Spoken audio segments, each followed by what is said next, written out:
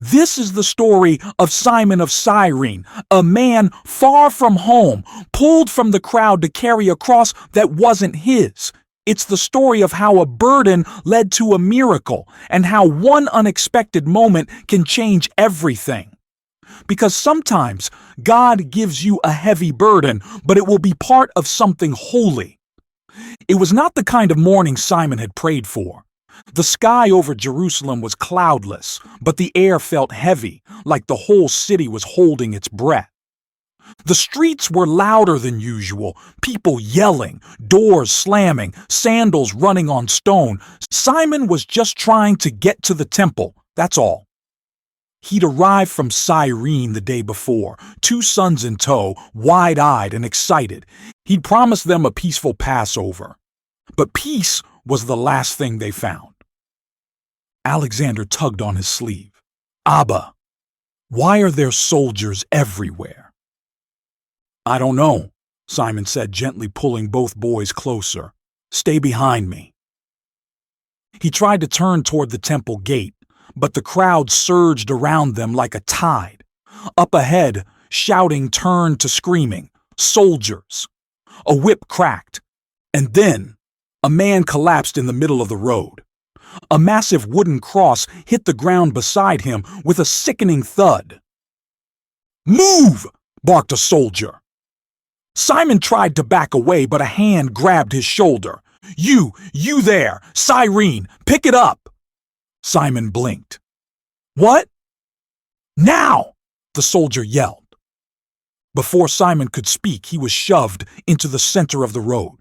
The man, beaten, bleeding, looked up at him, their eyes locked. Just for a second, and Simon's knees went weak.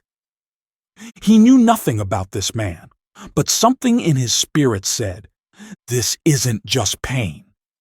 This is purpose." As Simon bent to lift the beam, sweat pouring, hands shaking, his mind was already racing backward, to another time. Another burden, to Cyrene months ago when his whole village had burned. He had come home from the docks that day, smiling, bag of dates in hand, and found smoke rising over the hill, bandits, fires, neighbors screaming, his home gone. They'd rebuilt, eventually. But something in Simon had changed. He stopped praying out loud, stopped singing with his sons. And when the temple pilgrims announced their journey to Jerusalem, he almost didn't go. But then a dream came, a dream where he was walking a hill alone, carrying something heavy, but not in sorrow, in glory. That dream came again the night before they left for Jerusalem. So he went, still doubting, still wondering why. And now, here he was, kneeling in the dust beside a man covered in blood, carrying a cross that didn't belong to him, with a Roman soldier screaming behind him, "Move!" Simon heaved the cross onto his back, and for the first time in a long time, he felt the weight of something holy. The cross pressed into Simon's shoulder like fire. It wasn't just heavy, it was alive with pain. Every splinter bit through his robe, every step scraped his feet against the stone road, and next to him, Jesus, bruised, bloodied, silent, but not defeated. Simon risked a glance at him again. Their arms brushed. Jesus stumbled but didn't fall. Simon tightened his grip on the beam. He wasn't carrying it for glory. He was carrying it because someone forced him to. At least, that's what he thought. Until the man beside him whispered without turning, "You were chosen." Simon's breath caught. "What did you say?" Jesus didn't repeat it. He just kept walking, eyes fixed ahead. Behind them, the crowd grew louder. Some shouted curses, others wept. A woman reached through the crowd to wipe Jesus' face. She was pushed away by a soldier. Simon heard one Pharisee sneer, "If he's the Son of God, why doesn't he stop this?" Another said, "He saved others. He can't even save himself." Simon almost turned and yelled back, but Jesus did not. He didn't argue, didn't beg. Instead, he looked at the ones mocking him and whispered, "Father, forgive them." And that's when it hit Simon, harder than the cross. This wasn't just a man walking to his death. This was a king walking to his throne. And Simon had been invited to walk with him. He looked down at the beam again. It was rough, ugly, soaked in blood. But suddenly, it didn't feel like a curse. It felt like a key to something deeper. He remembered a time in Cyrene when a friend had lost his only son. The whole village said it was punishment, that God was angry. But Simon didn't believe it. He sat with the man in silence. No words, no answers, just presence. Now, walking beside Jesus, Simon understood. Sometimes you don't need answers. You just need to walk beside someone in pain, and then a sharp shove from behind. "Faster!" a soldier yelled. Simon stumbled forward, nearly dropping the beam. Jesus reached out, steadied it, steadied Simon. Simon blinked. He wasn't the one helping Jesus. Jesus was helping him. They neared the hill, Golgotha, the place of the skull. Simon could see the vertical beams already set in the ground, waiting, like open graves. He swallowed hard. "I didn't come here for this," he whispered. But something deeper answered. "No, you didn't. But I brought you here anyway, because sometimes the heaviest burdens are the ones that lead you straight to the presence of God." The hill rose like a cracked tooth against the sky. Dust swirled around Simon's feet as he took the final steps, the cross still biting into his shoulder. And then they stopped. A soldier grunted, "Drop it!" Simon lowered the beam slowly, his arms trembling. Beside him, Jesus fell to his knees. Simon gasped and reached toward him, but a guard grabbed his wrist. "Your job is done." Simon tried to speak, but he can't. The soldier shoved him back. "Move!" Simon stumbled away, heart pounding, dust in his throat. He watched from a few steps back, helpless. Two soldiers yanked Jesus by the arms and dragged him onto the crossbeam. Another pulled out nails, long, sharp, rusted. Simon turned away, but he couldn't unhear it. The crack of hammer against bone, the groan of torn flesh, the gasps, the silence. And then he looked back, and Jesus lifted his head. Through blood-covered eyes, he looked directly at Simon, not accusing, not broken, but burning, with something holy. Simon stepped closer. One of the guards raised a hand to stop him, but another waved it off. He helped carry it. Let him look.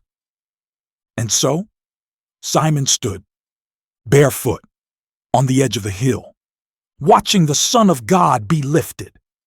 The cross slammed into place. The sky darkened, clouds crawling over the sun like spilled ink. People jeered. A few wept.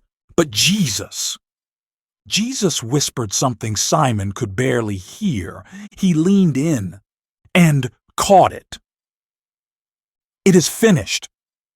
Not shouted, not groaned, just spoken, like it was a promise kept. Simon felt something stir deep in his chest. Not grief, not fear, but something he couldn't name yet. like a lock inside his soul had just clicked open. He looked at the cross, at the wood he had carried, the blood still on his tunic, and for the first time, he didn't feel like he'd just witnessed something holy. He felt like he'd been part of it. He didn't know what would happen next. He didn't know what it all meant, but he knew this much. He would never be able to walk back down that hill the same man who had climbed up it. Because sometimes the burden isn't just placed on your shoulders, and sometimes it rewrites your soul. Simon pushed through the lower gate of Jerusalem just as the sun dropped behind the hills. The crowd had thinned, but the tension hadn't. People spoke in hushed tones. Some ran to the temple in fear. Others hurried to get off the streets. But Simon walked like a man carrying invisible weight. He had washed the blood from his arms at a public basin. But he still felt it. Not just on his skin. Inside him. Abba! He turned. And there they were.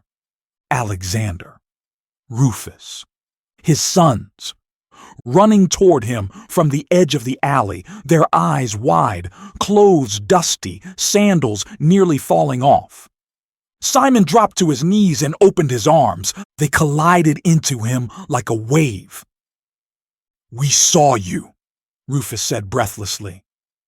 "We followed you through the crowd," Alexander added. "The soldiers pushed us back, but we never lost sight of you." Simon pulled them close. "You should have gone back to the inn." "We couldn't," Rufus said. "We saw him, the man you helped." Simon went still. "You saw him?" Alexander nodded slowly. "He looked at us, right before they raised the cross." Simon looked down at his sons and saw something in their faces he'd never seen before. Not fear, not confusion, but conviction. Like they understood something grown men couldn't explain. Then Alexander said it. "He looked at us like he knew us." Simon's throat tightened, and for a moment he wondered, had that look, those eyes, been for them too? Was the burden he carried also for them? He stood slowly. "Come," he said. "Let's go back to the inn." But before they turned the corner, a woman appeared from the shadows, older, frail, but her eyes sharp with purpose. "You were with him," she said to Simon. He hesitated. She nodded. "I saw.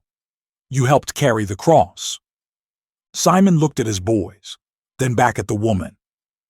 "Yes," he said quietly. "I did."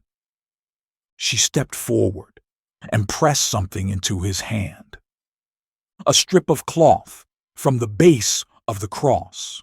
Blood still stained it. "They will come looking for those who followed him," she whispered. "Even ones like you." Simon froze. "Why?" "Because he didn't stay dead," she said with fire in her eyes. "Not for long." And then she was gone. Vanished into the alley. Simon stood still, the cloth in his hand, his sons at his side, and something rising inside him that felt equal parts fear and faith. Whatever had started at Golgotha wasn't finished. The inn was quiet when they returned. Too quiet. No laughter in the courtyard, no merchants at the well, just the flicker of torchlight and the whisper of sandals on old stone. Simon closed the door behind them and slid the wooden bar into place. Alexander curled into his blanket without a word. Rufus sat near the window staring out at the dark street. Simon unpacked nothing. He just stood near the table, still gripping the cloth the woman had given him. Then a knock, 3 soft raps, not loud, Not angry, but not random. Simon froze. His eyes met Rufus's. He moved quietly to the door. "Who is it?" he asked. A voice answered, low, firm. "I'm not here to arrest you." Simon hesitated, then opened it a crack. A man stepped inside, hooded, dusty, lean like a traveler who never stopped moving. "I saw what you did," he said. Simon braced himself. The man shook his head. "I'm not here to betray you. I came to thank you." Simon stared. The man pulled back his hood. His face was marked by long travel, his clothes torn, but his eyes burned with purpose. "I was in the crowd," he said, "when you took the cross." Simon didn't respond. The man continued. "I've followed him for months. We all wanted to help him. We would have fought if we could, but he wouldn't let us." He stepped closer. "And then you appeared, a stranger, pulled from the crowd, not even one of us." Simon's jaw tightened. "I didn't choose to." "I know," the man said, "but you did." The room was quiet. Then the man dropped his voice. "You need to leave the city." Simon blinked. "Why?" "Because the council is angry. They're scared. They want every loose thread tied up, and you carried the cross. They'll come looking." Simon stepped back. Rufus stood now, alert. Alexander sat up in his blanket. "What do they think I am?" Simon asked. "Some kind of follower?" The man met his eyes. "You carried his burden," he said softly. "You're part of his story now." Simon looked down at the cloth in his hand, at his sons, at the door, and finally said, "Then we leave before dawn." Because this burden, this holy weight, wasn't something he could set down. It was something he had to carry forward. The sun had not yet risen. The streets of Jerusalem still slept, their stones soaked in silence. Simon held Rufus by the hand, Alexander close behind, and followed the hooded man through the narrow alleys of the lower city. They turned sharply and stopped in front of a crumbling bakery, one with a faded carving of barley on the lintel. "Here," Simon whispered. The man nodded. He knocked 4 times. A pause, then one more. The door creaked open. A girl, no older than 12, peeked out. She wore a flour-stained apron and nodded at the stranger. Then she looked at Simon. "You carried it," she said simply. Simon blinked. "Carried what?" She opened the door wider. "The beginning of something." They entered. Inside, the bakery smelled of warm bread, ash, and oil. But no one was kneading dough. No one was lighting ovens. Instead, a trap door stood open in the floor. The man nodded. "Down!" Stone steps. Candlelight. A tunnel that twisted beneath the city like an ancient vein. And then, a room. It was small, lit by clay lanterns, and filled with about 15 people, men, women, 2 children, faces marked by fear and fire. In the center of the room stood a wooden table, long and rough, splintered at one end. On top sat a pitcher of wine and a loaf of torn bread. One woman looked up. She was old, maybe 70, but her eyes were sharp. She stepped forward. "You were the one," she said. Simon opened his mouth, but she shook her head. "No need to speak. I dreamed of you last night." Simon's heart pounded. "You what?" The old woman smiled gently. "A man from Cyrene, carrying what others could not." She stepped closer. And he told me, in the dream, what he lifted in pain, I will turn to promise. Simon swallowed hard. The man who brought them in spoke. This is where we remember him, not just what he did, but what he's doing. Still. He motioned to the table. The night before they took him, he sat right here, broke bread, poured wine, and said, "Do this in remembrance of me." Alexander looked up at his father. "Is this a church?" "No," the woman said softly. "Not yet." Simon stepped forward slowly. He touched the edge of the table and saw it, a blood stain in the wood grain. Old, but real. This wasn't just a hiding place. It was a womb. Something was being born down here, something powerful, and somehow Simon was part of it. The man spoke again. "You didn't just carry a cross. You carried the doorway." Simon bowed his head, and for the first time since the hill, tears streamed freely down his face. He had been chosen not to fight, not to preach, but to carry. And now, to remain faithful, because when God gives you a burden, He already sees the blessing inside it. Simon sat beside the bread table long after the others had fallen asleep. The flickering lantern cast shadows on the stone walls, twisting like vines. Rufus lay curled in a blanket across his lap. Alexander, older now in spirit, leaned against the table's leg, wide awake. "Abba," Alexander whispered, "why did God choose you?"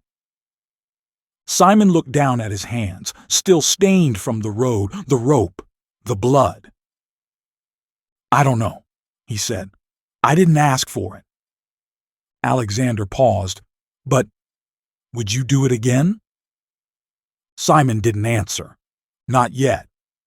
Footsteps echoed from the corridor. The hooded man returned. His face was drawn, but steady. "They've posted guards at the southern gate," he said. "Your name was heard in the square. Some say you're a sympathizer. Others think you were just unlucky." Simon nodded slowly.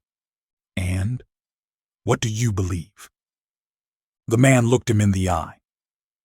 "I believe you're being asked to choose." He reached into his cloak and handed Simon a folded cloth. Inside, a map.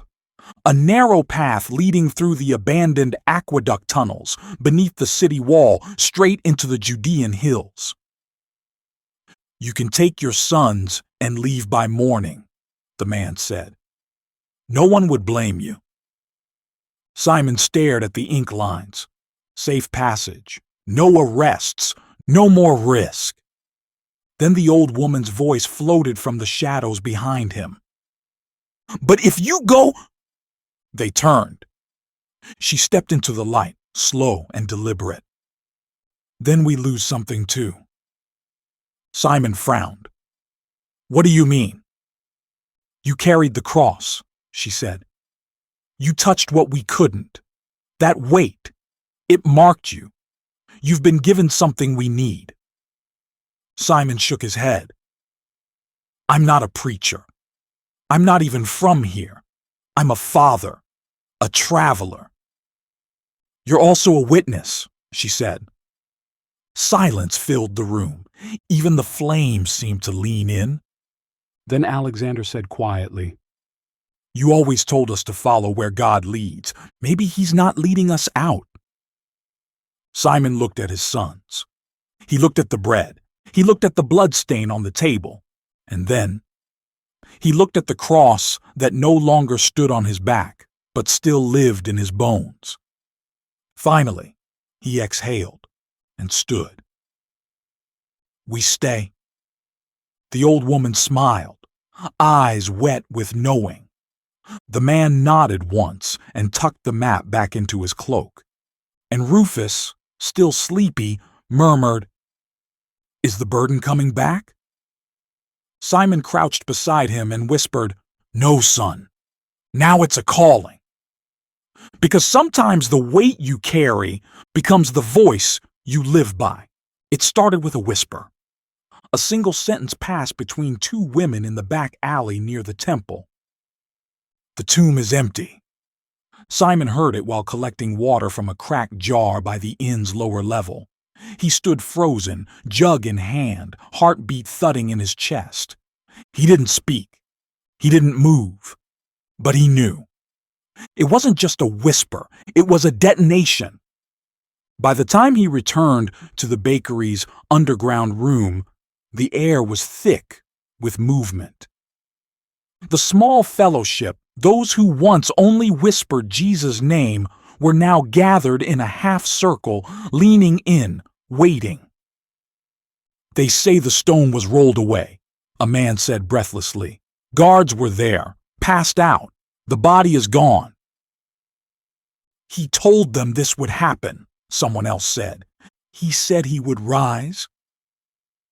Simon sat slowly at the edge of the table. His son stood in the doorway, wide-eyed. What does it mean? Rufus asked. Simon didn't know how to answer, because even as the others whispered and wept and wondered, he felt everything slow down. Like his spirit was catching up to something his mind couldn't yet hold. He had carried a dead man's cross, but now he might have been carrying the burden of a king who could not die. Suddenly, footsteps. Fast. Rough. Then, a knock at the trap door. 3 quick hits. A pause. Then one more. The room froze. Simon stepped forward and opened it. Mary Magdalene. Eyes wild with joy and fear. Her voice cracked as she whispered, I saw him. Gasps filled the room. No, someone breathed. Yes, she said, tears falling. I didn't recognize him at first. He said my name, just Mary. And I knew. It's him. He's alive. Simon stepped back, knees weak. He sat hard on the bench. Alexander knelt beside him. Rufus whispered, Abba, you didn't carry a death. Simon looked at him. What?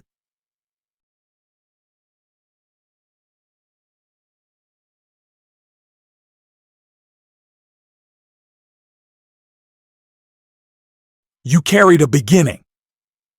The room erupted in prayer and stunned laughter. But Simon sat quietly, because something deeper was dawning inside him. Not just truth, not just belief, but transformation. He had felt the cross dig into his back, but now he realized it had carved open his soul, and what spilled out wasn't pain. It was purpose. It was well past midnight when the knock came again, but this time it wasn't a code. It was desperate. 3 bangs, too loud, too fast. Simon was already halfway up the steps before anyone else stirred. He opened the door just enough to see a boy, no older than 15, panting, barefoot, trembling. They need help, the boy said, in the lower quarter. One of the teacher's friends. He's been beaten. He's hiding. Simon didn't hesitate. He grabbed his cloak, turned to Alexander and Rufus. Stay here. Don't follow this time. They nodded. No questions, because they saw it in his face. The burden was back. He followed the boy through twisting alleyways and backstreet courts, past shuttered windows and snoring guards. They reached a broken stable door behind the old copper shop. Inside, on the ground, curled between 2 sacks of grain, lay a man. Blood on his side, robe torn, face swollen, and eyes barely open. Simon knelt. Who is he? The boy whispered, They call him Nathaniel. Simon checked his pulse, weak but steady. "He was preaching," the boy said. "After the resurrection rumors started, some men from the temple heard him, said it was blasphemy. They jumped him after sundown." Simon looked around. There was no time for questions, no time for arguments, only a choice to lift him or leave him. He pulled the man gently into his arms, staggered to his feet. The weight was awkward, not as heavy as the cross, but just as sacred, because this time it wasn't wood. It was a life. The boy led him back through the alleys. Simon moved fast, heart thudding, one foot after the other, and with every step, he remembered the hill, the pain, the crowd, and the words still whispering in his soul, "You were chosen." Back in the bakery cellar, the people gasped when they saw the state of the disciple. Simon laid him on the same bench where bread was broken nights before. The old woman pressed herbs to his wounds. Rufus helped without being asked. Alexander offered water. And for the first time, Simon saw his sons weren't watching him carry a burden anymore. They were learning to carry their own. Hours passed. Nathanael slept. The bleeding slowed. The room grew quiet again. Simon sat near the door, body aching. The boy who had fetched him sat nearby. He leaned close and whispered, "Why did you come?" "He wasn't your friend." Simon didn't answer right away. Then he said, "He was his. And anyone Jesus loves is mine to carry too. Because once you've carried the cross, you don't wait to be asked. You carry whoever needs it next." It was almost dawn again. Simon hadn't slept. He sat near the bakery's trap door, turning a small oil lamp in his hands, watching its flame rise and fall with each flicker of air. Nathanael stirred from his pallet. His bruises had darkened overnight, but his breathing had steadied. He whispered, "You carried him, didn't you?" Simon nodded. The disciple's eyes welled with tears. "You carried the lamb." Before Simon could reply, the trap door creaked. A knock, gentle, measured. This time, it was the girl from the bakery. She passed him a rolled parchment and said only, "It's from someone who knew what you did." Then she was gone. Simon broke the seal. Inside was a letter, handwritten, smudged in places, unnamed.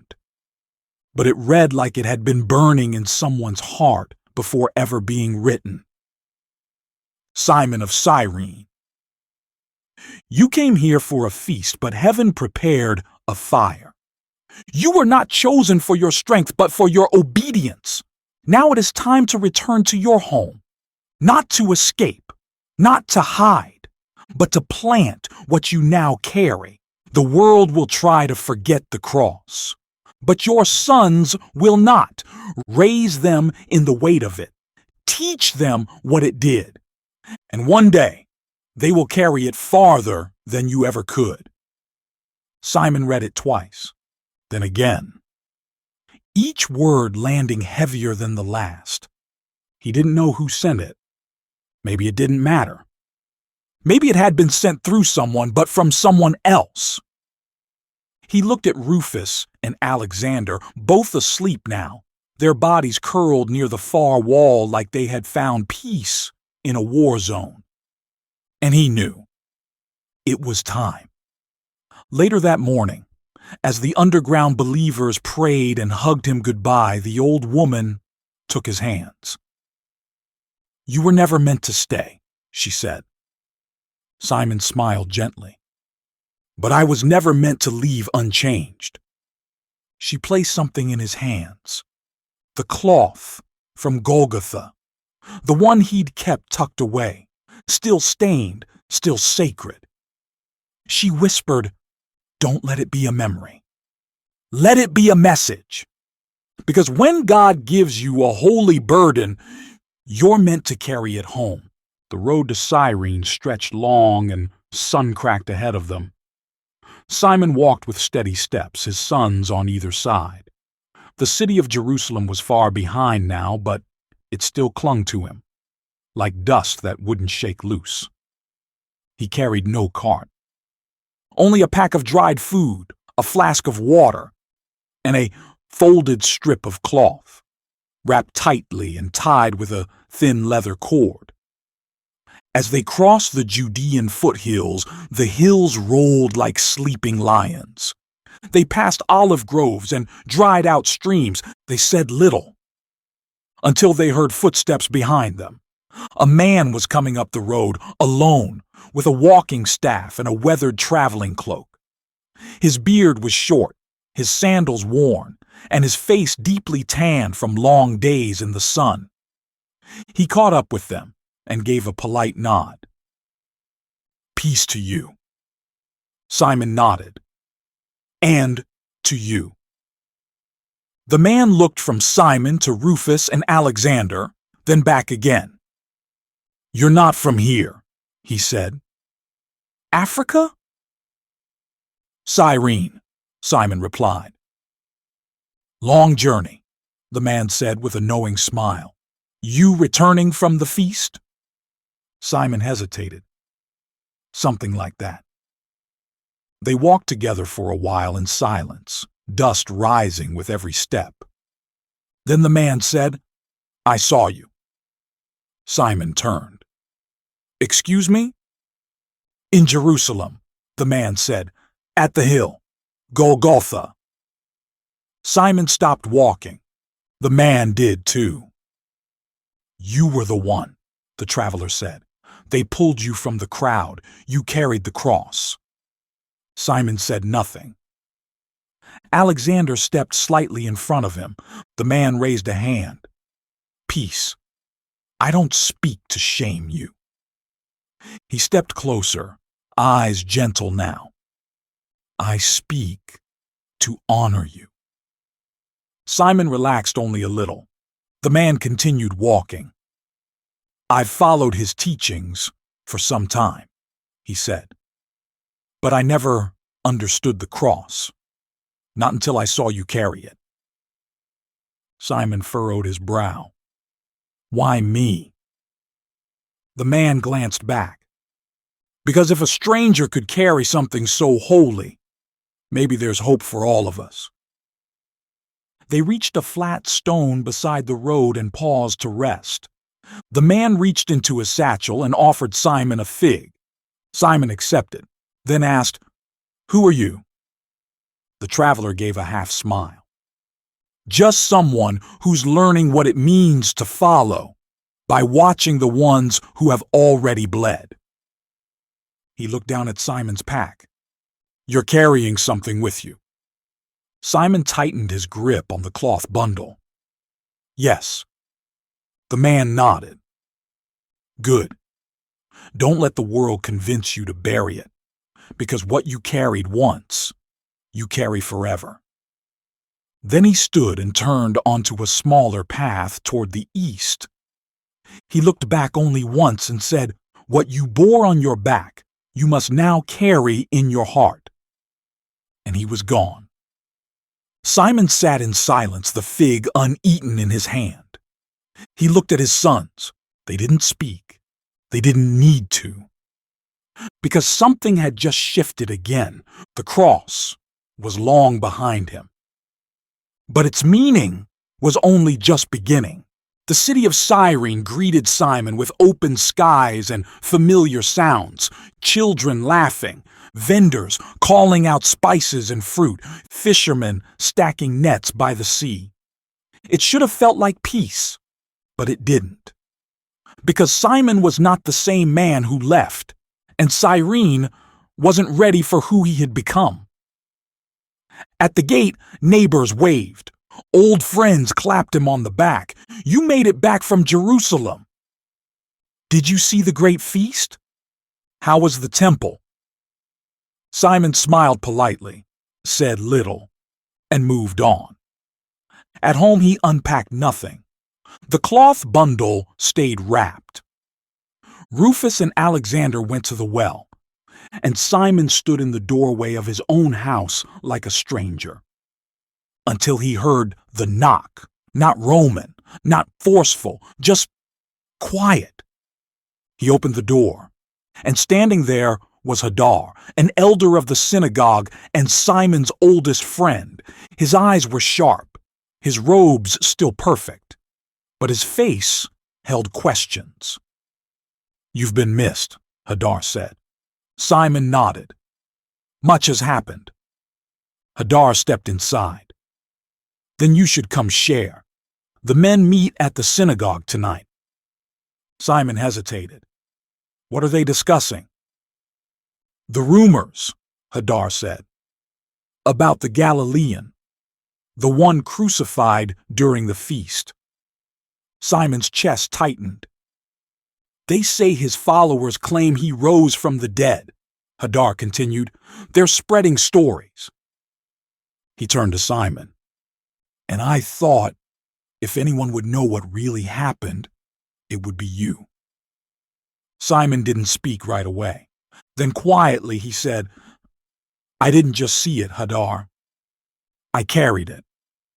Hadar blinked. "What?" Simon stepped back into his home, returned with the cloth, unwrapped it, held it out. Blood-stained, weathered, sacred. Hadar stared. "What is that?" Simon looked him in the eye.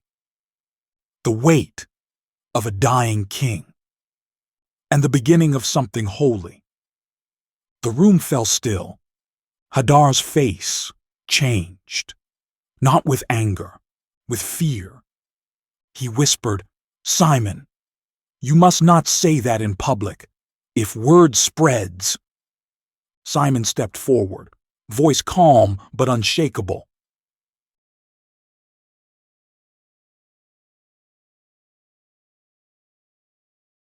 "If word spreads, then maybe someone else will finally be set free." Because he remembered the words from the road, "What you bore on your back, you must now carry in your heart." That night, he did go to the synagogue. He walked in with the cloth in his hands. And for the first time, he told them everything. Some listened. Some wept.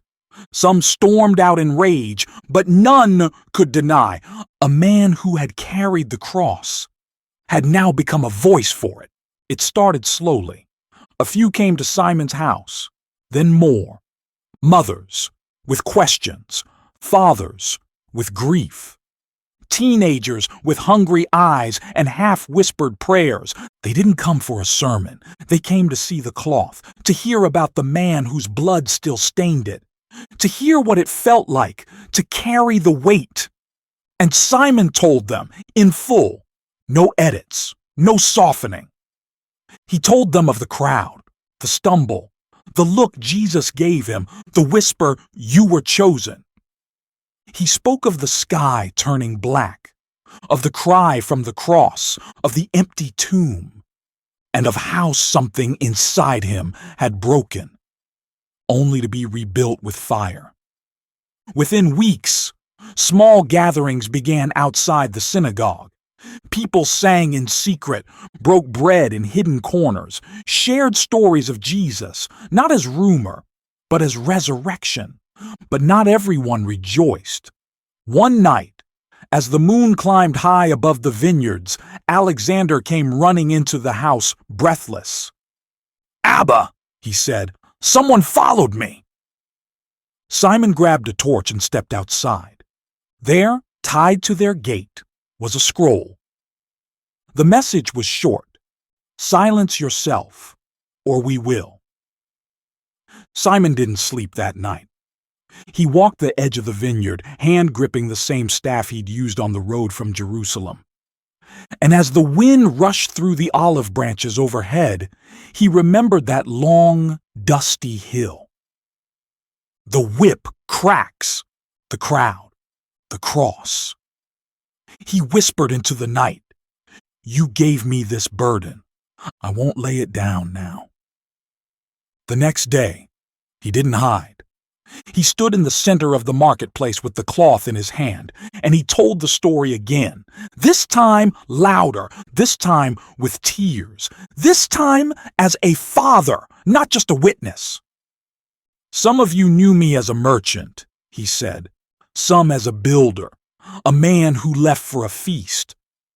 But I came home carrying something far heavier than spices. I carried the weight of a man who carried all of us." They arrested him that evening, but not for long, because too many had already heard, too many had already begun carrying it themselves. Simon sat on his porch that night, free again, a bruise blooming on his jaw, but joy blooming in his chest. Rufus brought out a bowl of water. Alexander sat beside him. The stars burned above, and Simon whispered to his sons, "You were right. We didn't carry a death. We carried the beginning of a kingdom." Years passed. The cross no longer lived on Simon's back, but it lived in every word he spoke. It lived in the way Rufus taught Scripture, in the way Alexander knelt when he prayed, in the cloth he kept folded in a wooden box near the door, never hidden, never forgotten. Simon no longer traveled the roads alone. People came to him now, young men with questions, widows with grief, wanderers with no home. They came not because he had answers, but because he had walked beside the answer. One evening, as the sky melted into soft pinks above the Cyrene hillside, Rufus sat beside him. The boy had grown into a teacher, a fierce, faithful man, with eyes like his mother's and a voice that trembled when he spoke the name Jesus. "I've been invited," Rufus said softly. Simon raised a brow. "Invited where?" "To Rome, to help lead a gathering there." Simon smiled. "They'll need your fire." Rufus hesitated. "What if I'm not ready?" Simon looked out at the horizon. "Neither was I." He leaned forward and untied the bundle, unfolded the blood-stained cloth, let it breathe in the air one more time. "I carried this when I didn't understand it," he said. "I bled under it. I shook beneath it. But I would carry it again, 100 times over." He placed the cloth in Rufus's hands. "You don't need to carry my burden," he said. "You just need to carry what it gave me." "Faith?" Rufus asked. Simon smiled. "No." He placed a hand over his son's heart. "Love. That's what I was really carrying." Rufus left weeks later, and Alexander followed soon after, into the cities beyond, into places still filled with doubt, hunger, fear. And everywhere they went, they told the story of a stranger from Cyrene, a man who had come to Jerusalem for a feast, and instead was chosen to lift a cross. And whenever people asked, "Why you?" Simon's sons always said the same thing. Because he didn't just carry wood, he carried the weight of a king. And in homes and hillsides across the empire, people remembered the man who bore the burden, so that generations could walk in its freedom, so that generations could walk in its freedom.